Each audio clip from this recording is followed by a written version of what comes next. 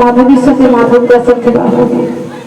আমার বিয়ের পরে আমাদের একটা ফুলসজ্জা বলে আছে, তাই সবাই মিলে ফুল চয়ন করে নিয়ে গেছে মাধবী আর মাধব দাসের ফুলসজ্জা হচ্ছে। ওমা ফুলসজ্জা দিয়ে আমার সবাই ফুলের বিছানা সাজিয়ে নেই আর এক গ্লাস করে আমরা দুধ দেই, হচ্ছে অমৃত।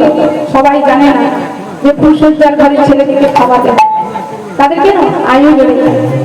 সেদিন থেকে আমাদের সংসার ধর্ম হলো ফুলের উপরে বিছানা করে শুলে তাকে বলে ফুলসজ্জা, আর দেহের উপরে ফুল বিছিয়ে তাকে বলে শ্মশান। তাহলে আমাদের সেদিন সুন্দর করে ফুলসজ্জা করতে হবে।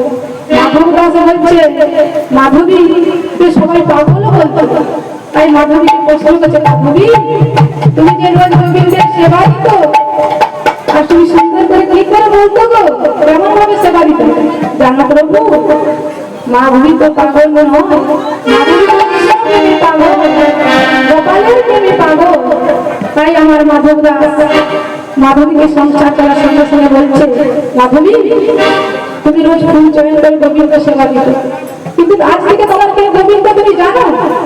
প্রত্যেকটি মায়েদের বলছে, আমাদের সংসারের গোবিন্দ হচ্ছে আমাদের স্বামী। আমাদের সংসারের গোবিন্দ তুমি ঠিক মতো ভজন করতে পারি, আমাদের সেই ইহলোকের স্বামী কখন মতো কখন চলে যাবে জানতে পারবো। তাই সংসার স্বামীকে যদি সুন্দর করে ভালোবাসতে পারি, জগৎ স্বামীকে পেতে আমাদের দেরি হবে না। তাই এখানে কথা বলতে বলেছে তো, ভালো লাগুক আর নাই লাগুক রোজ খাও পিতা, শুদ্ধ বস্ত্রে শুদ্ধ চিত্তে রোজ করো গীতা।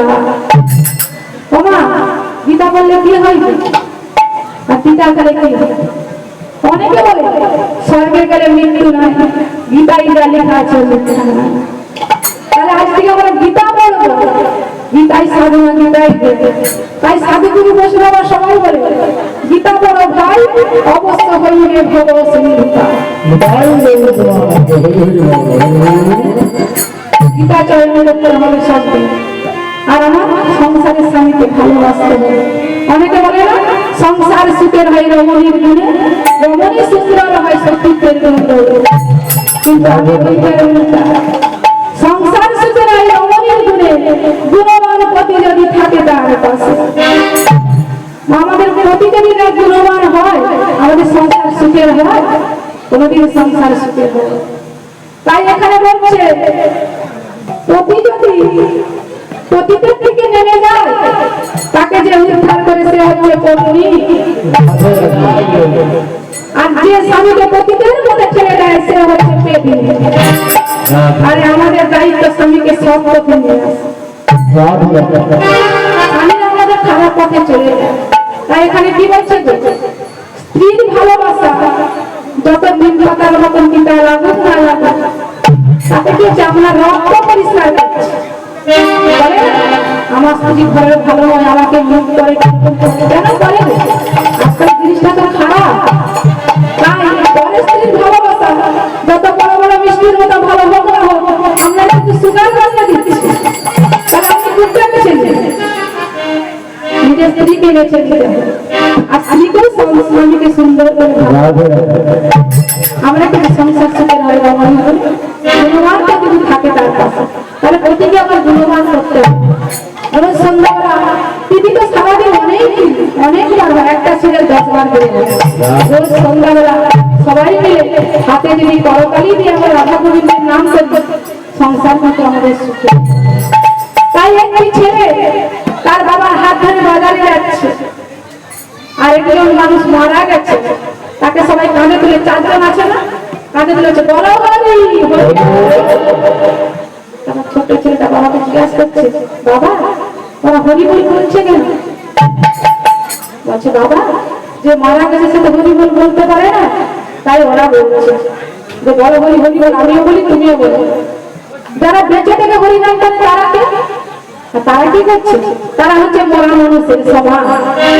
ছোট্ট ছেলেটা তখন কি করবে? হাত ছেড়ে ছেড়ে পালিয়ে যাচ্ছে। বাবা তুমি হাত ছেড়ে পালিয়ে যাচ্ছ, তোমার সামনে বোম্বাই রোড রাস্তা আছে। ও বাবা তুমি তো কোনদিন বেঁচে থেকে হরি নাম করো, তাহলে তোমার রাস্তায় আমি হাত ধরবো। আমি কি করলাম? ওই 5 বছরের ছেলেটা বাবাকে শিক্ষা দেবে যে সংসারে বেঁচে গেলে আমার সবাই হরিনাম করছে। তাই একজন পিতৃহারা সন্তান ছিলেন, মাতৃহারা সন্তান ছিলেন। তিনি কি করতেন? বাবা তাকে একটা ছেলেকে মানুষ করতে, মা যদি তিনটা ছেলেকে মানুষ করতে পারে, একটা বাবা তিনটা ছেলেকে মানুষ করতে খুব কষ্ট। তাই বাবা রোজ রিচকার করে ছেলেকে মানুষ করছে। ছেলেটা দিনে দিনে বড় বড় করে দুষ্টু হয়ে যাচ্ছে, বাবার কথা শুনছে। আর বাবা রোজ কি করতে থাকবো, সারাদিনের কাজের পর একদম সাধুর কাছে দিয়ে বসে, যে বলতে সাধু বাবা আমার ছেলেটা আমার কোনো কথা শুনবে না, একদিন আমার কাছে নিয়ে এসে আমার যোগ্য হয়ে গেছে, সংসার করতে চাই, আচ্ছা তুমি আমার কাছে নিয়ে তাই গুরুজনদের কথা শুনতে। তাই সাধু একজন ছেলেকে বলছে, বাবা বাবা একদিন আমার সঙ্গে ছিল না, এই জগতে একজন সাধু আছে, তাই বলছে যাবো বাবা 365 দিনের একদিন আমাদের সময় দাও। আর ছেলে বলছে যাবো বাবা তোমার সঙ্গে। সাধুর কাছে সাধু তখন কি করছে? ধ্যান জপ করছে। ছেলে এসে বলছে কেন ডেকেছিল আমাকে বলো শিখে। আমার বন্ধু আছে খেলাধুলা করছে, তাদের সাথে মিশতে হবে না, বলছে তুমি একটা বলছো এই মধ্যে ছেলেটা এখানে ঘুমিয়ে পড়লো। আবার সকালবেলা উঠে দেখলেন সাধু সেই লোকের জব করছে। আমাকে সে হরিদাস জব করতে জানেন না, যখনই তোমাকে তুমি জব করো আমার সাথে কখন কথা বলো, আমি তার একবার সময় নাই, আমি পালিয়ে যাচ্ছি। বলছে না বাবা আমি তাকে গুরুজনের দীক্ষা আমার দীক্ষা দিয়ে দীক্ষা গুরুদের দীক্ষা দেয়, গুরু দীক্ষা আমায় গুচ্ছ দেয়, গুরু আমাদের যে জ্ঞান দেয় সেই জ্ঞান আমি সবাই মধ্যে দিয়ে দিতে। তাই আর সাধু আমার দীক্ষা দিলেন, তাকে বলছে বাবা তুমি একবার হরি বলে বলো, একবার হরি বলে বলো। না না আমি হরিটাই বলতে পারবো, বলো না বাবা আমার কথাটা রাখো না। তাই সেটা বলছে, তাই বলছে একবার হরি বল বলে বলছে তুমি নাচ করলে তার কাছে সেটা বলতে সাধু বলেছে শোনো বাবা কোনোদিন তুমি বিপদে পড়ো, এই যে তুমি একবার হরি বল বলেছো তার কিন্তু অনেক মূল্য আছে। কোনোদিন বিপদে পড়লে তুমি বলবে আগে ভালো ফলটা নিবে না খারাপ ফলটা নিবে, আমাকে আমি শিখিয়ে দিচ্ছি তুমি আগে ভালো ফলটা চেয়ে। কিছুদিন যাওয়ার পর ওই ছেলেটা মারা গেল, তাকে জমলোক এসে ব্যক্তিরা নিয়ে গেল। যমরাজ বলছে চিত্রগুপ্ত খাতাটা দেখো তো, খাতা সব পিছলা লোকগুলো দিয়ে দেখছে কোনটা পূর্ণ না, পাপের ঘটনা।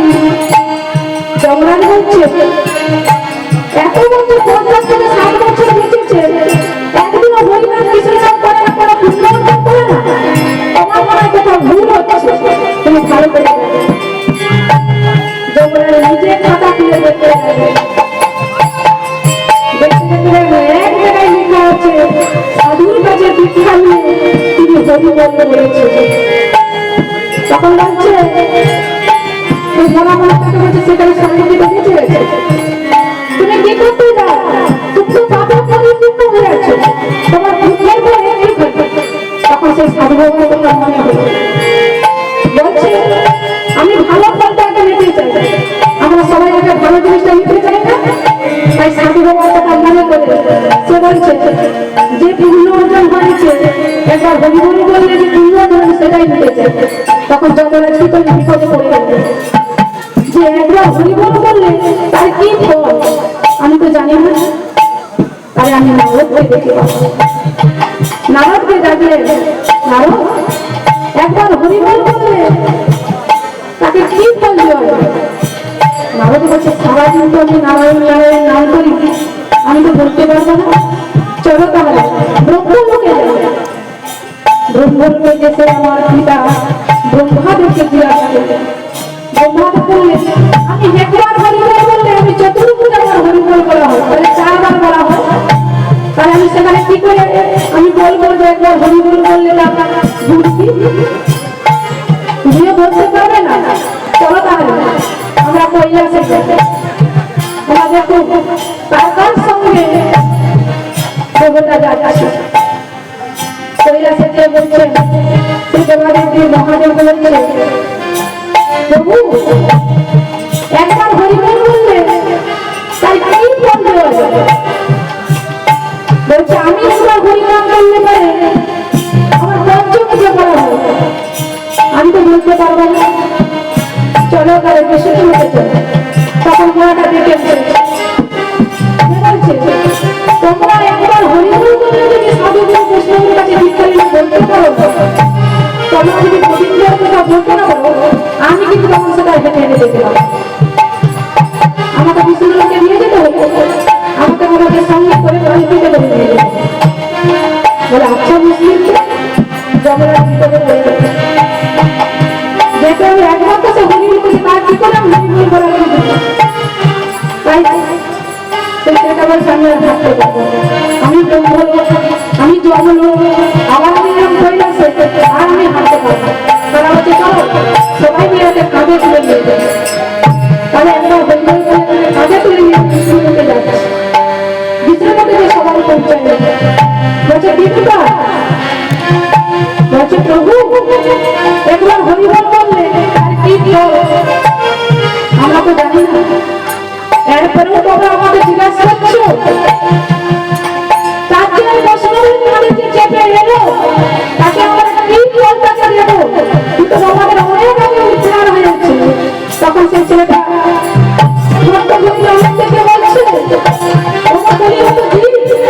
আমি একবার হরি বলে বলে আমি 4 জন বছর এসেছি যে প্রাণ থাকতো তোমরা একবার হরি বলো। তাই সেখানে হচ্ছে হরি বলো হরি বলো হরি বলো ভাই রে, হরি বলো হরি বলো হরি বলো ভাই রে, হরি বলো হরি বলো ভাই রে, হরি বলো হরি বলো হরি বলো ভাই রে। এত সারের মানব জগৎ, এত সারের মানব জগৎ, হরি বলো হরি বলো হরি বলো ভাই রে, হরি বলো হরি বলো হরি বলো ভাই রে, হরি বলো হরি বলো হরি বলো ভাই রে। তোমরা বলো হরি বলো হরি বলো হরি